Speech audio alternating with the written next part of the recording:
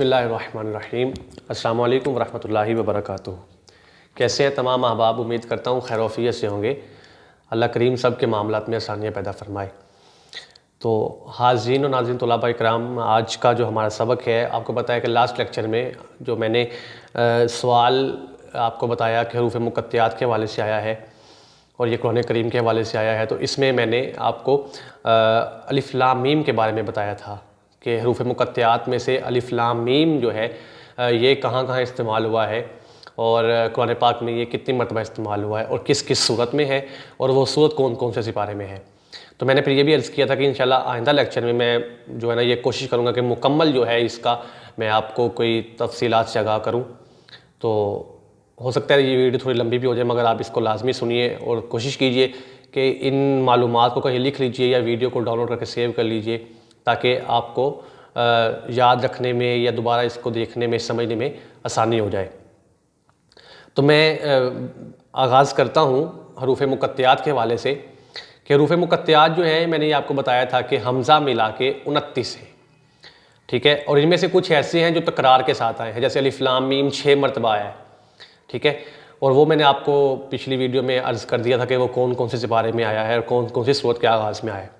मैं एक मतलब फिर से अब एक तरतीब से आता हूँ ताकि आप लोग उसको एक तरतीब से लिख सकें या याद रख सकें। तो सबसे पहला है अलिफ लाम मीम। ये सूरह अल बकरा में आया है, जो कुरान करीम का दूसरा सूरा है और ये पहले सिपारे में है। ये एक हो गया।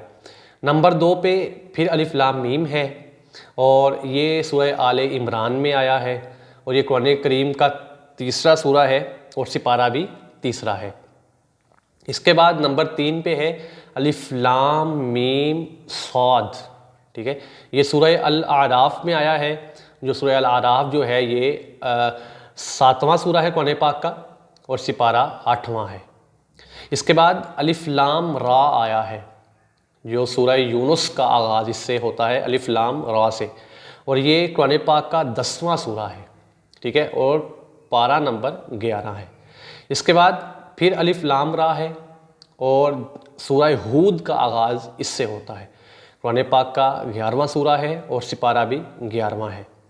इसके बाद सूरह यूसुफ है, इसका आगाज़ भी अलिफ लाम रा से होता है, ठीक है। ये 12वें सिपारे में है और सूरत का नंबर भी 12 है, ठीक है। इसके बाद अलिफ लाम मीम रा आता है। ऊपर हमने अलिफ लाम रा पढ़ा है, अलिफ लाम मीम पढ़ा है, अलिफ लाम मीम सौद पढ़ा है, अलिफ लाम रा पढ़ा है। अब अलिफ लाम मीम रा पढ़ रहे हैं, ठीक है। ये सूरह अल-राद का आगाज़ इससे होता है और ये कुरान पाक का 13वां सूरा है और सिपारा भी 13वां है। इसके बाद फिर से अलिफ लाम रा आ गया है, ठीक है। और यहाँ पे सूरह इब्राहीम का जिक्र किया जा रहा है, जो कुरान पाक का 14 नंबर सूरा है और सिपारा 13वां है। इसके बाद फिर अलिफ लाम रा आया है, ठीक है। और इससे जो आगाज़ हो रहा है वो सूरह हजर है, ठीक है, जो कुरान पाक का 15वां सूरा है और सिपारा 13वां है, ठीक है। यानी 3 सूरतों का मैंने जिक्र किया है जो 13वें सिपारे में आई हैं, जिनमें से एक का आगाज़ अलिफ लाम मीम रा से हो रहा है और 2 का आगाज़ अलिफ लाम रा से हो रहा है, ठीक है। इससे पहले जो अलिफ लाम रा से 2 का आगाज़ हुआ है, उसमें से एक का नाम सूरह यूनुस है और एक का नाम सूरह हूद है, ठीक है, जो दोनों 11वें सिपारे में है, ठीक है जी। उसके बाद सूरह मरियम आ जाएं तो ये काफ हा या आइन सौद, इससे इसका आगाज़ होता है और ये कुरान पाक का 19वां सूरा है और ये 16वें सिपारे में है। ये कुरान पाक की एक बड़ी मशहूर सूरत है, 16वें सिपारे में।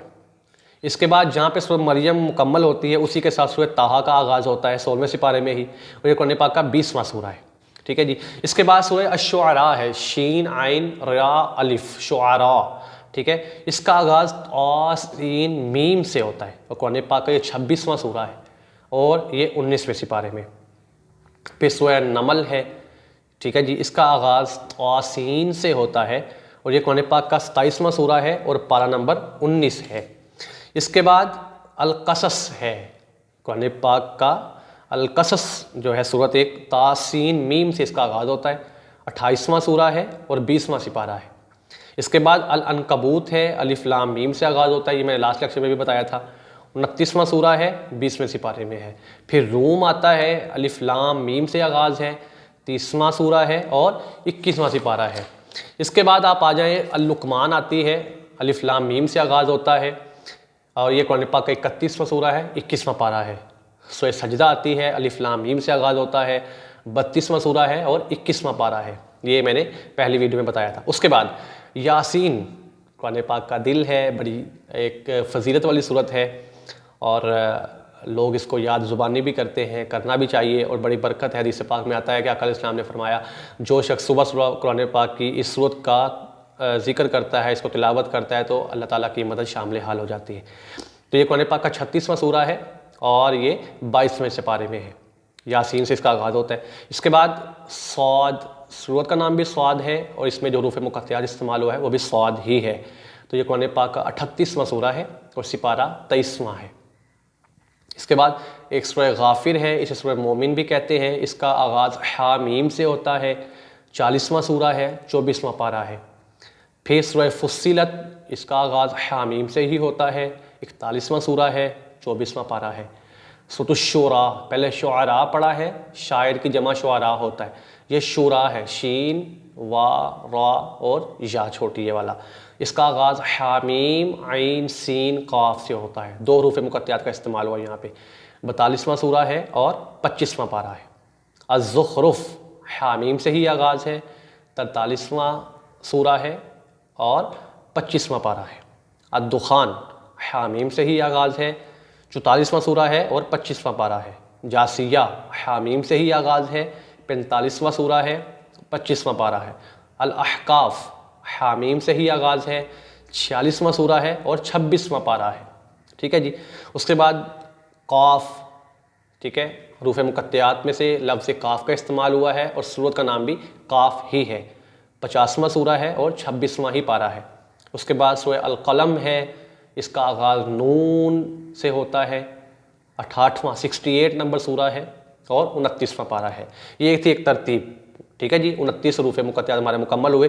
अब इनमें से जो तकरार आई है, जो तकरार बार बार आई, आपने देखा अलिफ लाम मीम बार बार आया है, अलिफ लाम रा बार बार आया है और हामीम ये बार बार आया है। तो मैं इसका भी जल्दी से आपको बता देता हूँ। जो अलिफ लाम मीम है, इसकी तकरार जो है ये 6 मरतबा हुई है, ये 6 मरतबा आया है अलिफ लाम मीम जो है। ठीक है जी। दूसरे पारे में, तीसरे पारे में और उसके बाद 21वें पारे में। ठीक है जी। 20वें सिपारे में भी। बकरा, आले इमरान, अनकबूत, रूम, लुकमान और सजदा, इन तमाम सूरतों का आगाज़ जो है ये अलिफ लाम मीम से होता है। ये दूसरे, तीसरे, 20वें और 21वें पारे में है। उसके बाद अलिफ लाम रा, ये तकरार 3 मरतबा हुई है। ठीक है जी। और अलिफ लाम रा जो है, ये तकरार जो हुई है ये 3 मरतबा हुई है। ठीक है जी। बल्कि 3 मरतबा से ज़्यादा हुई है, 5 मरतबा तकरीबन हुई है। ये जी हूद में, यूनुस में, यूसुफ, इब्राहीम और हजर में। ठीक है जी। 11वां, 12वां और 13वां पारा है। उसके बाद तासीन मीम में आप आ जाएं। ठीक है जी। तो ये अश्शुअरा और अलक़सस, ये इसका आगाज़ इससे होता है। 19वां और 20वां पारा है। उसके बाद हामीम में आए तो ये 6 मरतबा आई है तकरार इसकी।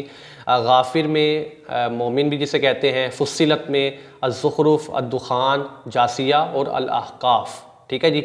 ये आया है और इसका जो पारे हैं 24वां, 25वां और 26वां है। और एक हामीम आइन सीन काफ के साथ आया जो 2 मरतबा रूफ़ मुक़त्तियात इस्तेमाल हुए हैं। ये सूरह शुरा है और ये पारा 25वां है। ठीक है। उम्मीद है आपको समझ आ गई होगी। तो ये एक मालूमाती वीडियो जो है, ये मैं आपको एक ताकीद करूँगा कि आप इसको सेव भी करें और इन मालूमात को लिख भी लें और अपने दोस्तों से भी सबसे शेयर करें। ये एक मालूमाती वीडियो है कुरान पाक के हवाले से और ये हमें पता होनी चाहिए सबको, वो शायद छोटे हों या बड़े हों, ये सबको इसका इल्म होना चाहिए। ठीक है। और इस वीडियो के हवाले से कोई मज़ीद आपको अगर कोई कमी पेशी रह गई हो तो आप मुझे पर्सनली कॉन्टैक्ट करके या इस वीडियो के नीचे कमेंट करके आप मुझे बता सकते हैं। इंशाल्लाह मैं उसमें मज़ीद गुफ्तगू करने की हतमी कोशिश करूँगा। बहुत सारी खुशियों के साथ आप सलामत रहें, दुआ में याद रखिए। अल्लाह हाफ़िज़।